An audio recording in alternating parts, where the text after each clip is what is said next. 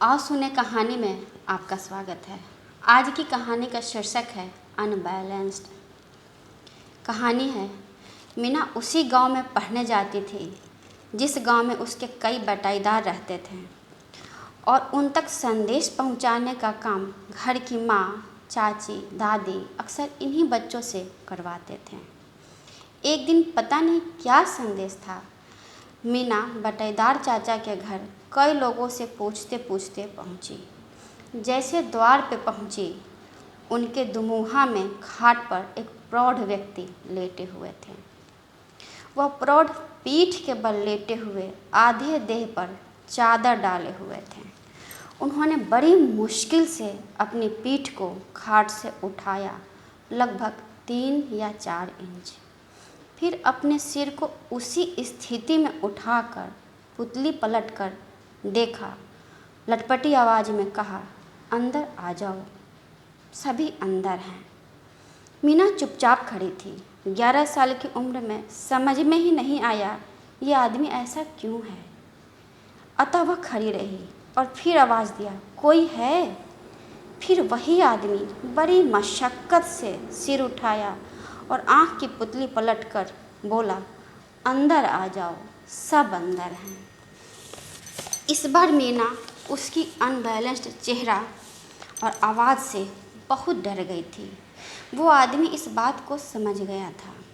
फिर वह लटपटी आवाज़ में किसी को बुलाया और उसके तरफ से अर्थात मीना के तरफ से अपने चेहरा को ढक लिया।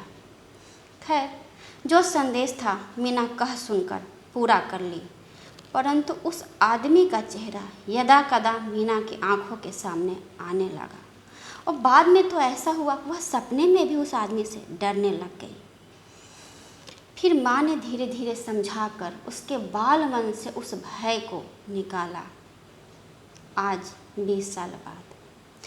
20 साल बाद मीना उस पड़ाव पे है जहाँ उस आदमी के जगह खुद को उस बिस्तर पर पाती है, अपने 5 वर्षीय बेटे के साथ।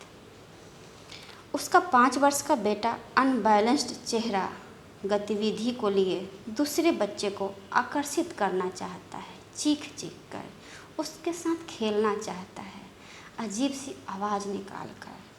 और दूसरे बच्चे वैसे ही डर रहे हैं जैसे मीना कभी डरी थी। पर पता नहीं किस आशा से मीना लगातार उन बच्चों को समझा रही है, आओ बेटा, ये कुछ नहीं करेगा, ये तुम लोगों से बात करना चाहता है, ये तुम्हारे साथ खेलना चाहता है, ये तुमसे हाथ मिलाना चाहता है, आओ ना इनके खिलौने से खेलो। पर बच्चे डरे सहमे छुप जाते हैं। फिर मीना इन बच्चों के स्वाभाविक डर से अपने उस बच्चे को बचाते हुए किसी टीस के साथ खुद अपने बच्चे के साथ खेलने लग जाती है। धन्यवाद।